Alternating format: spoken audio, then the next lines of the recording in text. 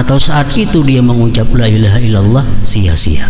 Satu penduduk yang ingkar kepada Allah, kemudian begitu turun ke penduduk itu azab Allah, baru mereka beriman. Nah, iman seperti itu tidak ada gunanya lagi. Illa kaum Yunus, kecuali kaum Nabi Yunus, kecuali umat Nabi Yunus. Mereka itu beriman setelah menyaksikan azab akan menimpa mereka. Allah selamatkan mereka dari azab kehinaan pada kehidupan dunia ini, dan Allah berikan kepada mereka kaum Nabi Yunus kesenangan sampai akhir ajalnya. Nah, para muhibbin rahimakumullah, ini keistimewaan yang Allah berikan kepada kaum Nabi Yunus. Biasanya satu kampung atau negeri yang ingkar kepada Allah, yang tidak mau menurut ajakan Rasulullah, kampung itu akan diturunkan azab.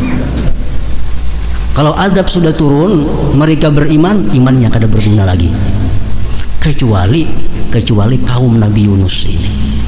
Mereka ingkar kepada Nabi Yunus, Allah menurunkan azab, mereka beriman, Allah terima imannya, Allah selamatkan mereka.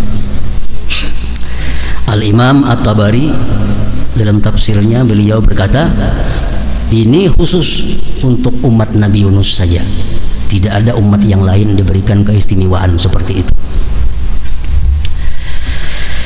Para muhibbin rahimakumullah, sebagaimana kita mengetahui dari sejarah Fir'aun dan kawan-kawannya mengepung Nabi Musa alaihissalam.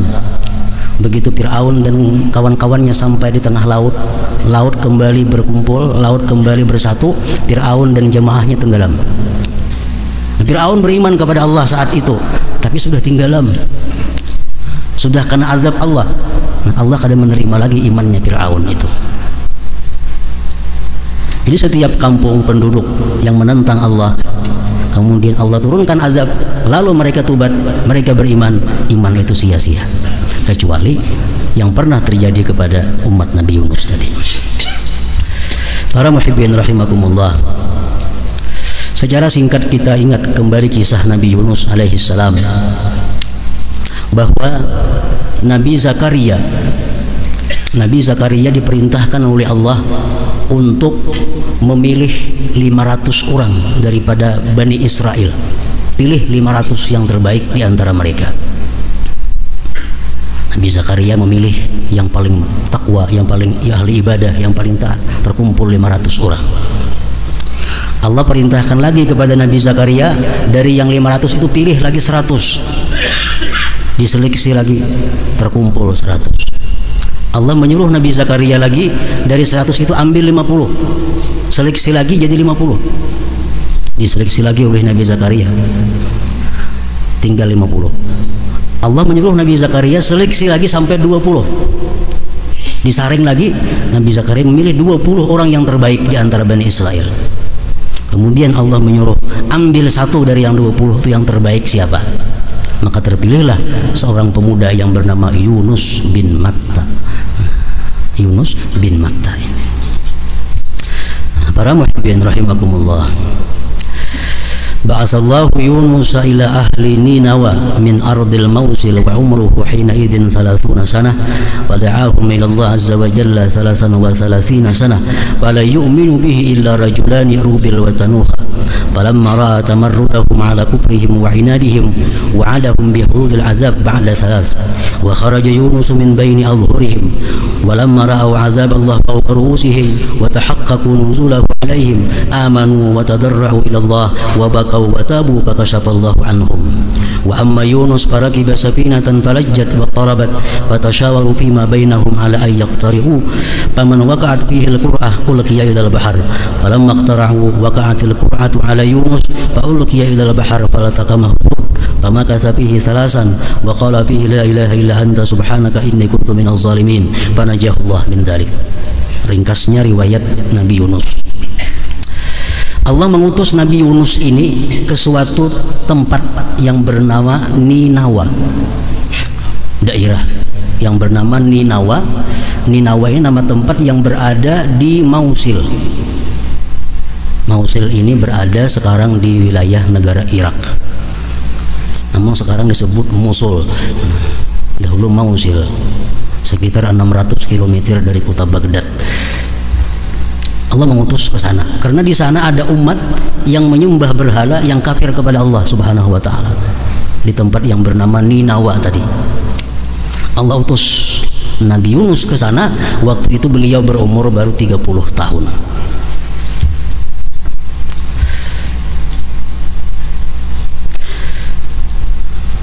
Kemudian Nabi Yunus berdakwah di situ selama 33 tahun berdakwah siang malam. Yang beriman hanya 2 orang. Yang pertama namanya Rubil satu, yang kedua bernama Tanuha. Ini 2 orang yang beriman kepada Nabi Yunus dan menjadi ulama ahli hikmah pada waktu itu. Setelah Nabi Yunus melihat bahwa mereka ini kada mau beriman, tetap kafir, menyembah berhala, ingkar kepada Allah, Nabi Yunus menjanjikan kepada mereka azab akan datang tinggal 3 hari lagi bila kalian tidak beriman. Diberi waktu 3 hari, bila kada beriman azab akan turun. Dan Nabi Yunus pun keluar meninggalkan tempat itu, karena selama ada Nabi di tempat itu azab kada akan mau turun. Nah, Yunus keluar dari tempat itu. Sesudah 3 hari, penduduk Ninawa itu melihat ada awan hitam yang gelap datang ke daerah mereka. Sudah berada di atas kepala mereka. Bila awan gelap itu turun, asap yang gelap turun, mereka akan mati semuanya. Nah, di saat itulah azab sudah di atas kepala, mereka berkumpul, beriman kepada Allah, bertobat kepada Allah, dan Allah terima tobatnya. Akhirnya Allah selamatkan mereka daripada azab yang sudah mereka saksikan di atas kepala mereka tadi. Nah, Nabi Yunus keluar, beliau umpat kapal, menumpang kapal menuju ke tempat tujuan. Naik di kapal Nabi Yunus. Setelah kapal berjalan di tengah laut, kapal bergulak karena gelombang. Nah, kebiasaan orang kampung situ, apabila kapal ini macam ini mesti diundi, ada yang harus dibuang ke laut.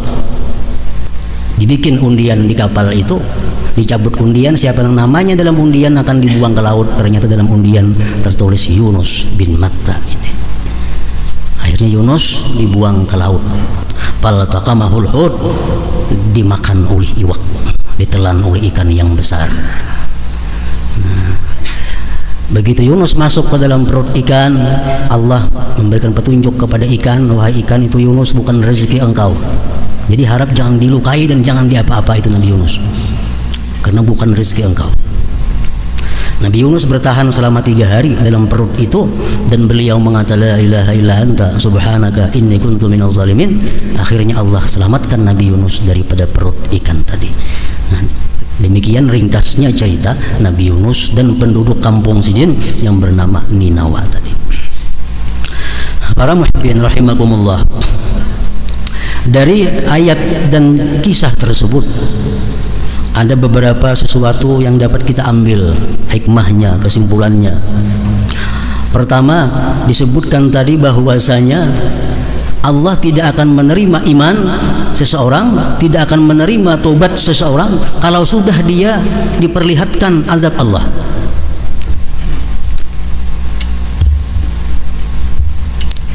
Nah, sama halnya yang demikian itu, Rasulullah mengatakan bahwa iman dan tobat manusia tidak akan diterima lagi apabila nantinya matahari sudah terbit di sebelah barat. Nah, 2 jam sudah, 4 jam kada berguna lagi iman. Sudah matahari terbit di barat, hanyar masuk Islam. Nang berdosa hanyar bertobat, kada diterima lagi tobatnya. Yang ketiga, tobat dan iman itu tidak diterima lagi oleh Allah Subhanahu wa taala apabila roh kita sudah sampai di hulqum atau tenggorokan. Orang tuh garing, antak-antak, berarti sudah kada singgerakan lagi, tangan kada singgerakan lagi, cuma tenggorokan aja bergerak lagi. Nah, itu artinya roh sudah sampai di tenggorokan. Dalam saat itu dia tobat, atau saat itu dia beriman kepada Allah, atau saat itu dia mengucap la ilaha illallah, sia-sia. Kenapa? Karena roh sudah berada di hulqum. Rasulullah sallallahu alaihi wasallam bersabda, "Innallaha yaqbalu taubatal 'abdi ma lam yughargir." Rawahu Tirmizi. Allah masih menerima tobat hambanya selama roh itu belum sampai di tenggorokan ini. Nah, jadi kalau roh itu sudah sampai di tenggorokan, ada usah lagi dizikirkan dalam sekarat itu. Kalau tangan masih bergerak, batis masih bergerak, ayo dizikirkan di telinganya. Kalau sudah ruhnya sampai di sini, kada perlu dizikirkan lagi, karena sudah kada berguna lagi iman atau tobat seseorang di saat itu. Firman Allah Subhanahu wa taala dalam Al-Qur'an, "Laisatit taubatu lil ladzina ya'maluna as-sayyi'at hatta idza hadara ahaduhumul maut qala inni tubtu al-an." Tidaklah tobat itu, tidak ada tobat bagi orang yang beramal kejahatan sehingga manakala hadir akan dia oleh kematian, dia berkata, "Aku sekarang tobat." Tidak ada tobat lagi, kata Allah Subhanahu wa taala. Nah, jadi bertobat kepada Allah bagi kita ini sebelum roh sampai di tenggorokan itu. Para muhibbin rahimakumullah, salah seorang sahabat dulu pernah bertanya kepada Rasulullah, "Ya Rasulullah, ma haddut taibin?" Apa batasnya orang tobat itu? Sampai kapan batasnya tobat itu diterima oleh Allah Subhanahu wa taala? Rasulullah menjawab, "Man taba qabla mautihi bi sanatin qabilallahu taubatah." Barang siapa bertobat setahun sebelum matinya, Allah terima tobatnya. Barang siapa bertobat selama setahun sebelum matinya, Allah terima tobatnya.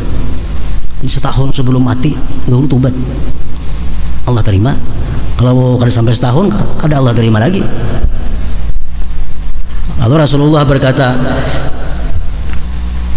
"Ala wa inna dzalik lakatsir." Jadi Nabi itu kebanyakan setahun itu kalawasan. Kalawasan setahun itu. Akhirnya beliau bersabda lagi, "Wa man taba qabla mautihi bi jum'atin qabilallah taubatah." Siapa yang tobat kepada Allah seminggu sebelum matinya, Allah masih menerima tobat. Seminggu sebelum mati tobat, Allah masih menerima. Kemudian Rasul bersabda lagi, "Ala inna dzalika lakatsir." Itu pun kebanyakan juga Nabi, kalawasan juga. Kemudian beliau bersabda, "Faman taba qabla mautihi biyaumin qabilallah taubatah." Siapa yang tobat kepada Allah sehari sebelum mati, Allah terima tobatnya. Sehari. Itu pun kata Rasulullah kalawasan juga. "Faman taba qabla mautihi qabla an tuwargira nafasuhu qabilallah taubatah." Siapa yang tobat sebelum ruhnya sampai di tenggorokan, masih Allah terima tobatnya. Nah, jadi orang yang sudah garing, yang sudah kada kau berdaya lagi, tapi masih bisa bergerak batisnya, tangannya, nah masih Allah membuka pintu tobat kepadanya. Masih bisa dizikirkan di telinganya, masih bisa ditalkinkan di telinganya, supaya dia ingat kepada Allah Subhanahu wa taala. Para muhibbin rahimakumullah. Yang kedua, dalam ayat tadi kita ambil sesuatu rahasia bahwa Nabi Yunus itu berada dalam perut ikan 3 hari, ada yang mengatakan 7 hari, selamat. Dan beliau hanya satu yang dibaca di sana, "La ilaha illa anta subhanaka inni kuntu minaz zalimin." Nabi Yunus kada berdoa minta keluarkan dari iwak, kada ada. Jadi kada ada minta supaya diselamatkan daripada bala, kada ada. Cuma dalam perut iwak hanya kalimat yang beliau baca, "La ilaha illa anta subhanaka inni kuntu minaz zalimin." Dikenal tasbih Nabi Yunus ya kita. Nah, Rasulullah sallallahu alaihi wasallam dalam berbagai macam hadis mengatakan dan disimpulkan oleh para ulama bahwa tasbih Nabi Yunus itu sangat bagus dibaca sebanyak-banyaknya bagi umat Nabi Muhammad sallallahu alaihi wasallam. Orang yang kesusahan akan dilapangkan oleh Allah. Orang yang gelisah akan ditenangkan oleh Allah. Orang yang banyak hutang akan dilunaskan oleh Allah Subhanahu wa taala. Banyak-banyak membaca la ilaha illa anta subhanaka inni kuntu minaz zalimin. Sekurang-kurangnya 40 kali sesudah sembahyang witir. Pikiran kada tenang, kada usah berdoa lawan Tuhan, "Ya Allah, lapangkan pikiranku." Kada usah. Cukup la ilaha illa anta subhanaka inni kuntu minaz zalimin. Hutang asal kada kau lagi membayari, bayari lawan la ilaha illa anta subhanaka inni kuntu minaz zalimin. Allah beri jalan keluar untuk melunasi hutang itu. Firman Allah dalam Al-Quran, "Falaula annahu kana minal musabbihin lalabisa fi batnihi ila yaumi yub'atsun." Andai kata Nabi Yunus tidak bertasbih itu dalam perut ikan, niscaya dia sampai hari kiamat tetap dalam perut ikan itu. Orang dalam perut iwak saja selamat karena mengucap itu, apalagi dalam dunia yang luas ini. La ilaha illa anta subhanaka inni kuntu minaz zalimin. Mun hendak dijadikan amalan rutin 40 sesudah sembahyang witir. La ilaha illa anta subhanaka inni kuntu minaz zalimin. Dan lagi orang yang sedang sakit garing, sangat dianjurkan membaca la ilaha illa anta itu. Rasulullah sallallahu alaihi wasallam bersabda dalam hadis yang diriwayatkan oleh Imam Al-Hakim, "Fa ayyuma muslim da'a bihi fi maradihi 40 marrah, famata bi maradihi wala famata bi maradihi dzalik u'tiya ajra syahid wa in bara'a maghfuran lah." Rawahul Hakim. Siapa-siapa orang muslim yang membaca tasbih Yunus tadi pada waktu dia sedang sakit 40 kali, awak garing, baca aja 40 kali. Kada tiap hari, kada sekali itu aja 40 kali. Andai kata dia mati pada waktu garing itu, dia diberi pahala sebagai pahala syuhada. Andai kata dia sembuh dari sakit itu, bara'a maghfuran lah, dia sembuh, diampuni dosa-dosanya.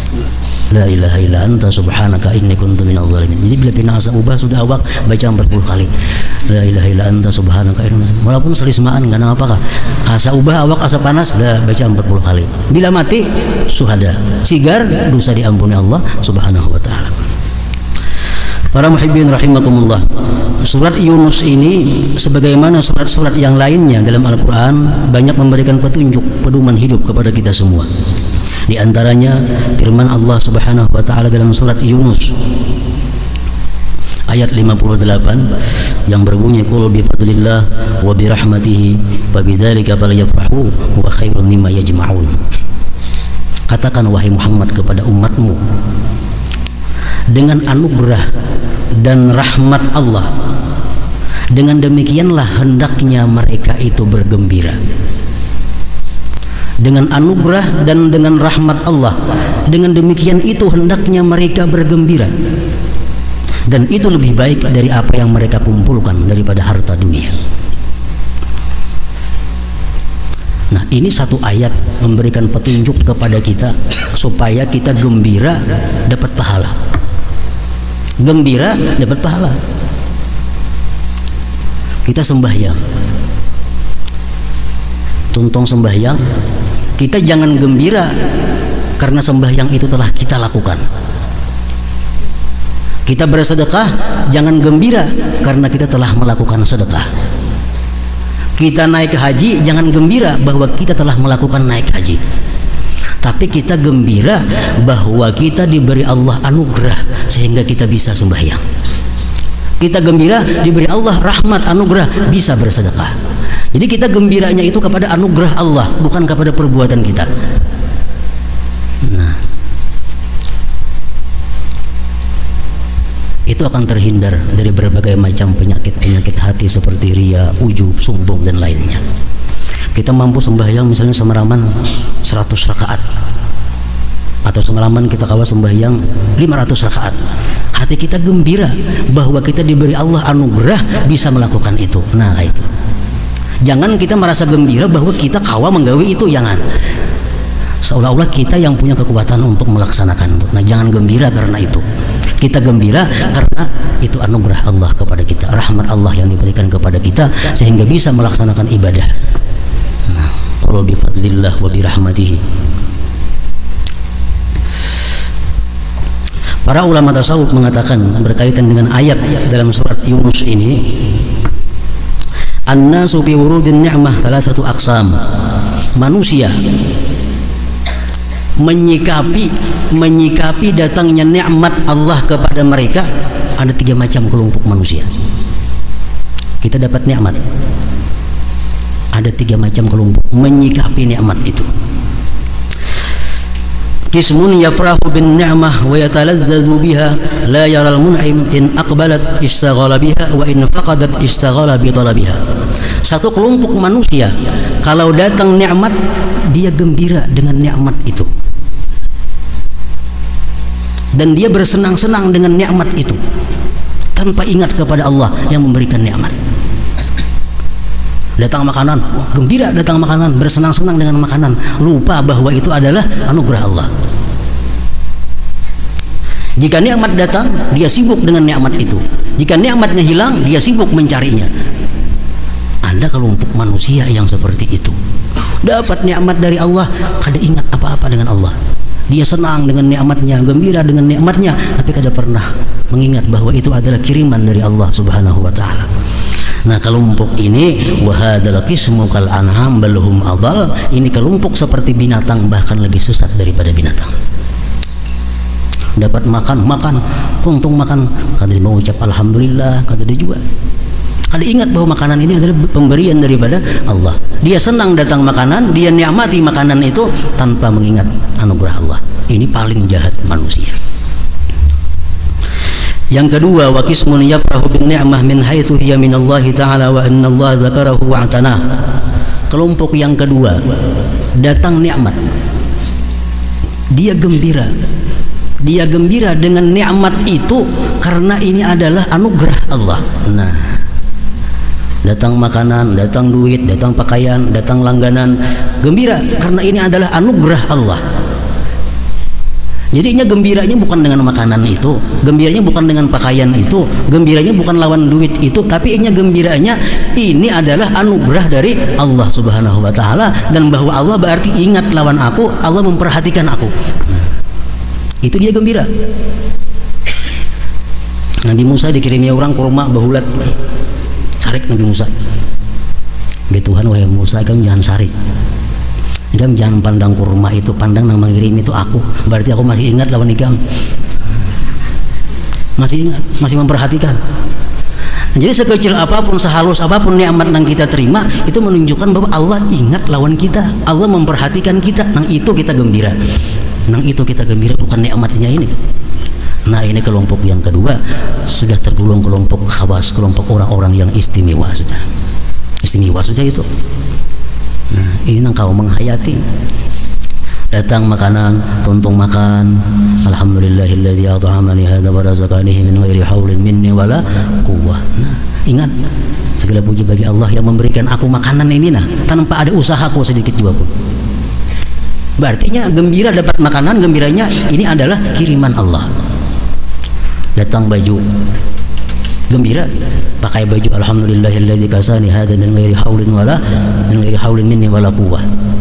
Ingat bahwa baju ini adalah kiriman Allah. Aku senang menerima ini pakaian karena dikirimi, diberi oleh Allah, ini anugerah Allah. Nang disenanginya itu bukan bajunya. Nah, ini kelompok yang kedua. Ini sudah kelompok istimewa. Kelompok yang ketiga, wa qismun yafrahu billah wa yataladzadzu bi dzikrihi wa madhihi. Kelompok ini dia gembiranya dengan Allah semata dan bersenang-senang dengan zikrullah dan memuji Allah. Kelompok yang pertama tadinya datang makanan, gembira makanan ini karena ini anugerah Allah, dan dia bersenang-senang makan makanan itu karena ini anugerah Allah. Itu kelompok yang kedua. Yang ketiga ini datang makanan, dia gembira dengan Allah dan dia bersenang-senang dengan zikrullah, karena terhirawakan lagi makanan itu. Nah, bahada qismu siddiqin, ini bagian orang-orang siddiqin.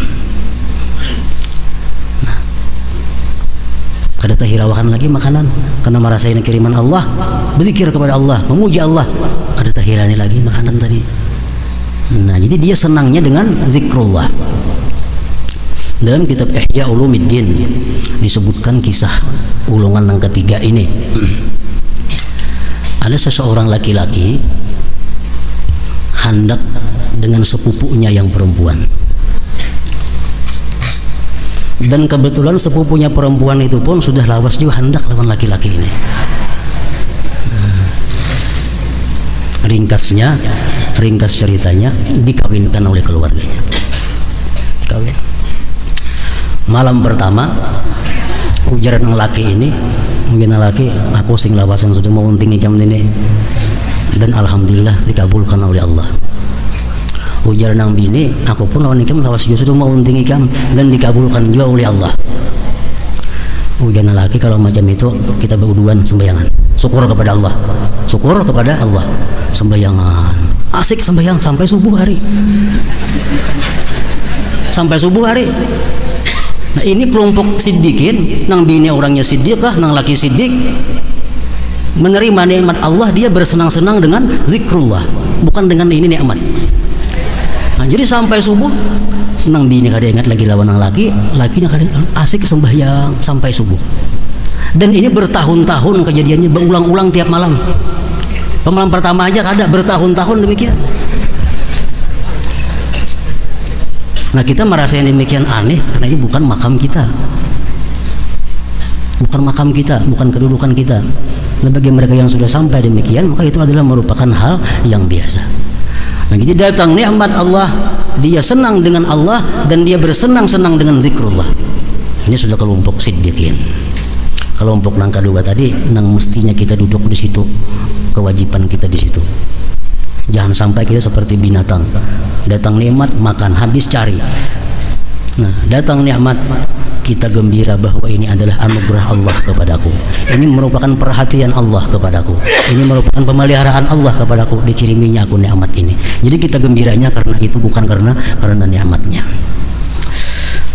Nah, para muhibbin rahimakumullah, mudah-mudahan dengan demikian kita semua tergolong orang-orang yang dikehendaki beruntung oleh Allah Subhanahu wa taala di dunia dan akhirat. Ila hadratin Nabi sallallahu alaihi wasallam. Al-Fatihah.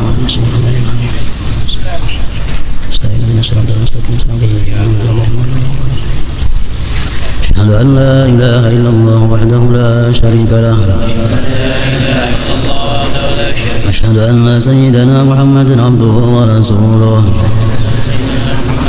لا إله إلا الله نستغفر الله لا إله إلا الله نستغفر الله لا إله إلا الله نستغفر الله لا إله إلا الله ونتوب إلى الله لا إله إلا الله محمد رسول الله صلى الله عليه وسلم ويا أيها الراجون منه شفاعة صلوا عليه وسلموا تسليما.